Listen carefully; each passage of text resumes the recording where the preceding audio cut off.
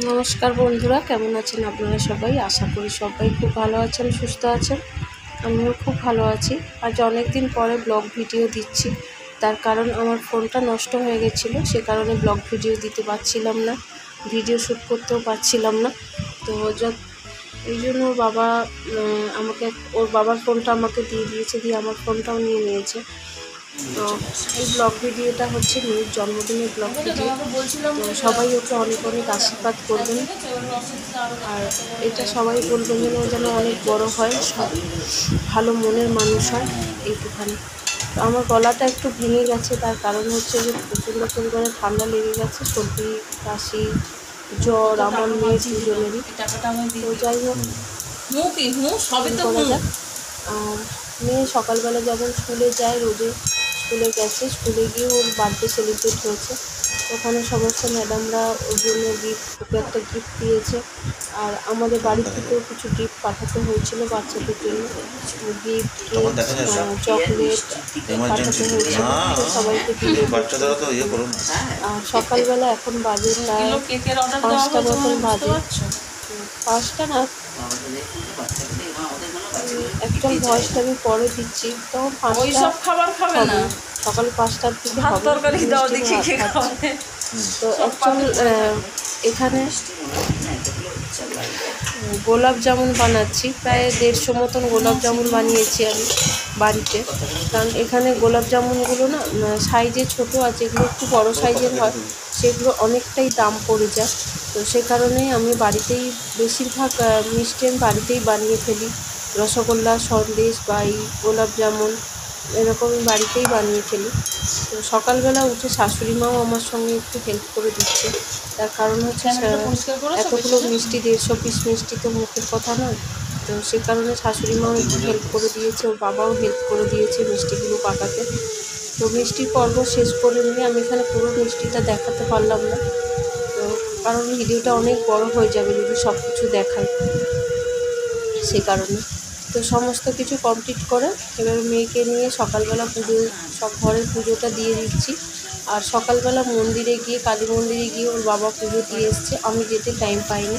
তার কারণ হচ্ছে যে সকালবেলা ওর জন্য একটু 5 রকম ভাজা করে রান্না করে দেব, আর পাশে দুজন ওর দাদা দিদি রয়েছে, তো তাদেরকেও নেমন্তন্ন করেছি, সেই কারণে। মেয়ে আমার সঙ্গে দেখুন এখানে পুজো করছে, আমি গণেশের আরতি করছি, জয় গণেশ জয় গণেশ যে গানটা আরতি হয় গণেশজি। তো মেয়ে আমার মুখের দিকে তাকিয়েছিল, মেয়ে নিজেও কিছুটা করলো, তারপর যতটা না পেরেছে আমার মুখের দিকে তাকিয়েছিল। তো ওকে সকালবেলা উঠিয়ে স্নান করিয়ে নতুন জামা কাপড় পরিয়ে দিয়েছিলাম, দিয়ে ঠাকুরের জন্য একটু পায়েস বানিয়েছিলাম, গোপালের জন্য সবার জন্য পায়েস বানিয়েছি। প্রত্যেক বছরই আমি এটা করি, ও যতদিন হয়েছে।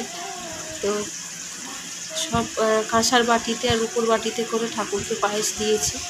দেখুন এই রুপোর বাটি আর চামচটা ওর মামার বাড়ি থেকে ওকে দিয়েছিল, ওর মুখে ভাতে দিয়েছিল, তো ওইটাতে করেই ঠাকুরকে পায়েস দিয়েছি, ও খাবে পায়েস, তারপর ওকে বাটিতে তুলে দেব।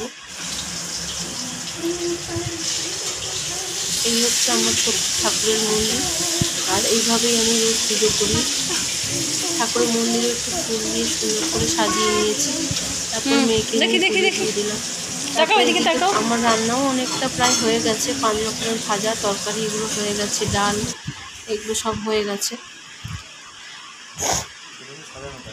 দেখুন সবার জন্য খাবার বাড়তে বসে গেছি, এখানে ওরা 3 ভাই বোন মিলে খাবে, তার জন্য কাঁসার থালায় করে বা ভাত বেড়েছি। কাঁসার বাটি আর সবাইকে দিতে পারলাম না, তার কারণ ওপরে সব তোলা থাকে, তো লপের মধ্যে, তো ওখান থেকে তুলে নামানো না খুব সমস্যা।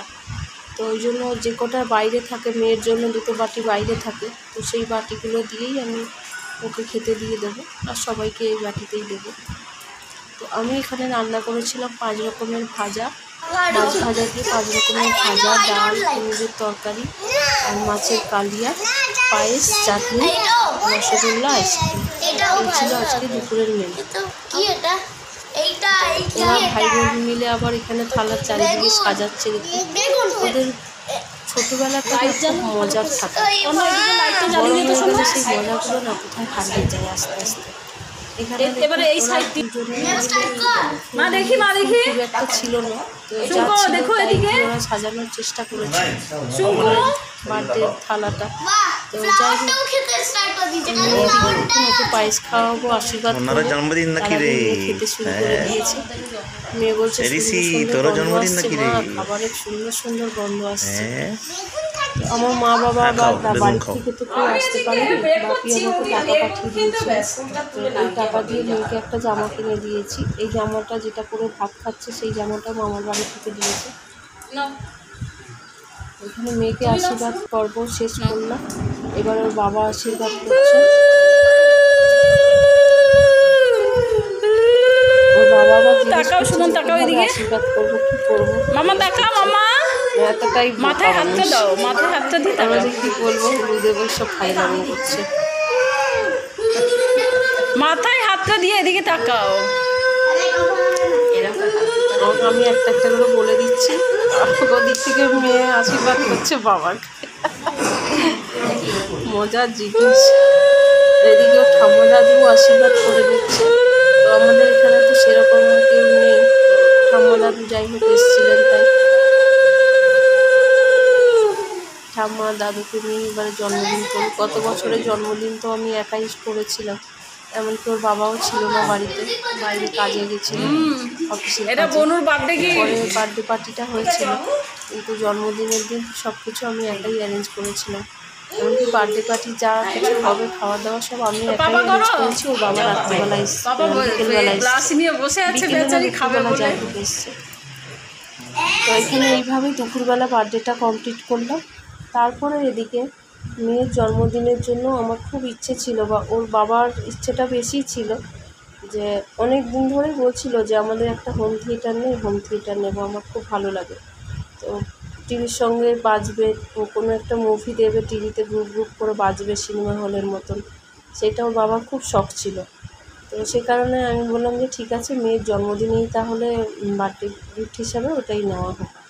ও তো এখন ছোটো, সেভাবে তো কিছু বোঝে না যে ওকে সেরকমভাবে কিছু গিফট দেওয়া হবে। তো সেই জন্য আমরা ওর বার্থডে গিফট হিসাবে এইটাই চয়েস করেছিলাম, হোম থিয়েটার চয়েস করেছিলাম।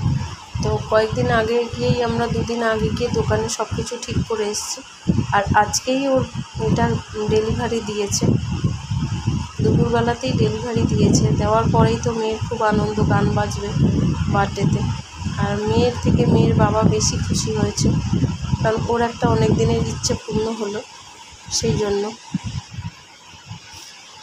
ছেলেরা না চট করে নিজের ইচ্ছেগুলোকে প্রকাশ করে না। আমরা মেয়েরা যতটা সহজে সব কিছু বলে ফেলতে পারি, ছেলেরা অত সহজে সব কিছু বলে ফেলতে পারে না। তো সে কারণেই আরও সমস্যা হয়, বা ওদের মনের কথাটা বুঝে নেওয়া বা জেনে নেওয়া আমাদেরও দায়িত্বের মধ্যে পড়ে। তো সেভাবে কিছু কোনোদিন বলতো না যে হ্যাঁ নেবো, হ্যাঁ না তেনা এইসব কিছু বলতো না, তবুও ইচ্ছেটাকেও মানে প্রকাশ করতো না। তো সেই জন্য আমি ওর ইচ্ছেটা বুঝে নিয়ে বললাম যে ঠিক আছে চলো, তোমার অনেক দিনের মনের ইচ্ছা পূর্ণ হোক।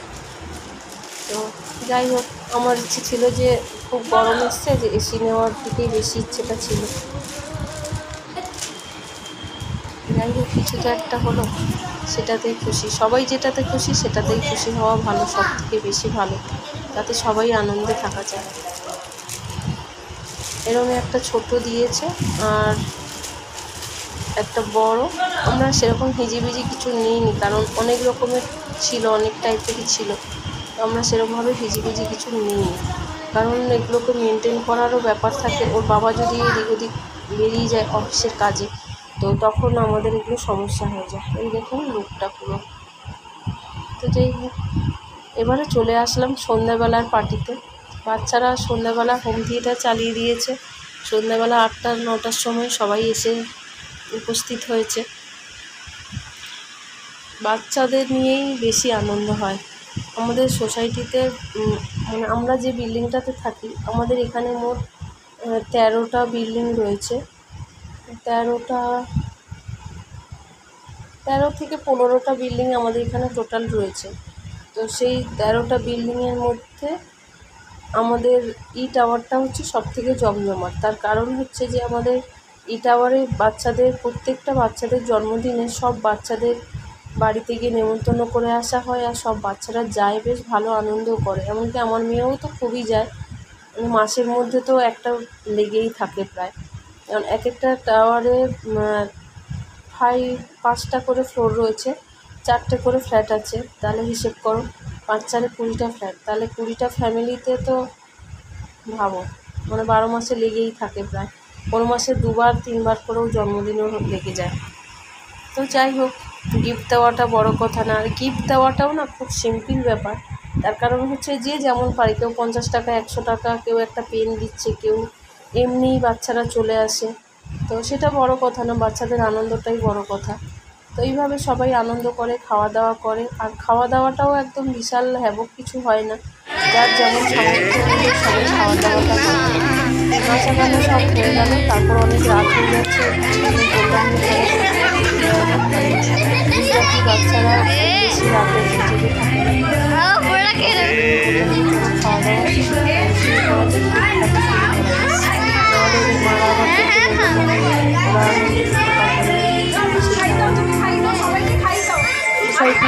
সমস্ত বাচ্চা আর ওর অফিস কলিগদের ফ্যামিলিদের বলা হয়েছিল এইটুখানি। আর আমার হাজব্যান্ডের এক ছোটোবেলাকার বন্ধু এইখানে আঙ্কেলেশ্বরে থাকে, তো ওনাদের বলা হয়েছিল। এই ছোট্ট ফ্যামিলি নিয়েই মেয়ের বার্থডেটা হয় প্রত্যেকবারই। তো প্রত্যেকবারে সবাইকে বলা হয়ে ওঠে না, তো এবারে সম্ভব হয়েছে তাই বলেছি। একার হাতে সমস্ত কিছু ম্যানেজ করাটাও একটা ব্যাপার হয়ে দাঁড়ায়, তো পেরে ওঠা যায় না ছোট মেয়ে নিয়ে, সেই কারণে। তো এই হলো আমাদের ছোট্ট করে একটু বার্থডে আয়োজন। বাচ্চারা সবাই খাবে, আনন্দ করবে, গান করবে, এটাই হচ্ছে সবথেকে বড় আনন্দ। এখানে দেখুন জামালপুর দোকানের নাচ, যে যেমন যত জলের গ্লাস ছিল সব নিয়ে একদম নাচতে শুরু করে দিয়েছে। মেয়েও শুরু করেছে তার মধ্যে। আমি গ্লাসটা ধরিয়ে দিচ্ছিলাম, তাতে হচ্ছিল না, ও নিজেই গ্লাসটা ধরবে।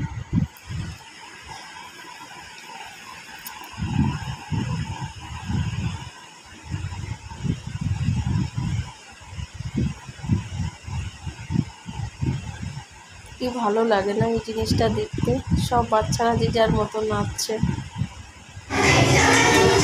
সবথেকে বড় সুখ হচ্ছে বাচ্চাদের আনন্দ দেখে মা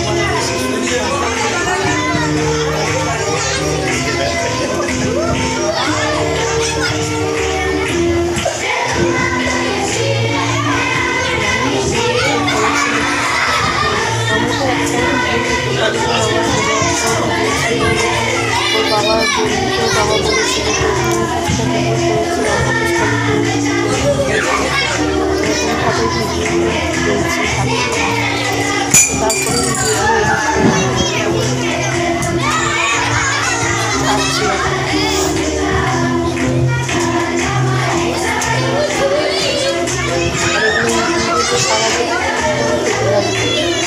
যখন মন খারাপ হবে, মেয়ে বড় হয়ে যাবে, দেখতে পাবে কত আনন্দ লাগবে। আমার মেয়ে বার্থডে করে ও দেখতে পাবে ভাবে আমার জন্মদিন সেলিব্রেট করে। তো চলুন, এখানে খাওয়া দাওয়া বসে গেছে, সবাইকে খাওয়া দাওয়া। আর খাওয়া দাওয়ার মধ্যে সেরকম কিছু করিনি, লুচি, চানা মশলা, মিষ্টি, কেক, চকলেট, এই চিপস, আলুর চিপস, এই ছিল খাওয়া দাওয়াতে। তাহলে চলুন আজকের ব্লগটা দেখতে থাকুন, আর কেমন লাগলো অবশ্যই সবাই কমেন্টে জানাবেন। আমার মেয়েকে অনেক অনেক আশীর্বাদ করবেন। সবাই ভালো থাকবেন, সুস্থ থাকবেন।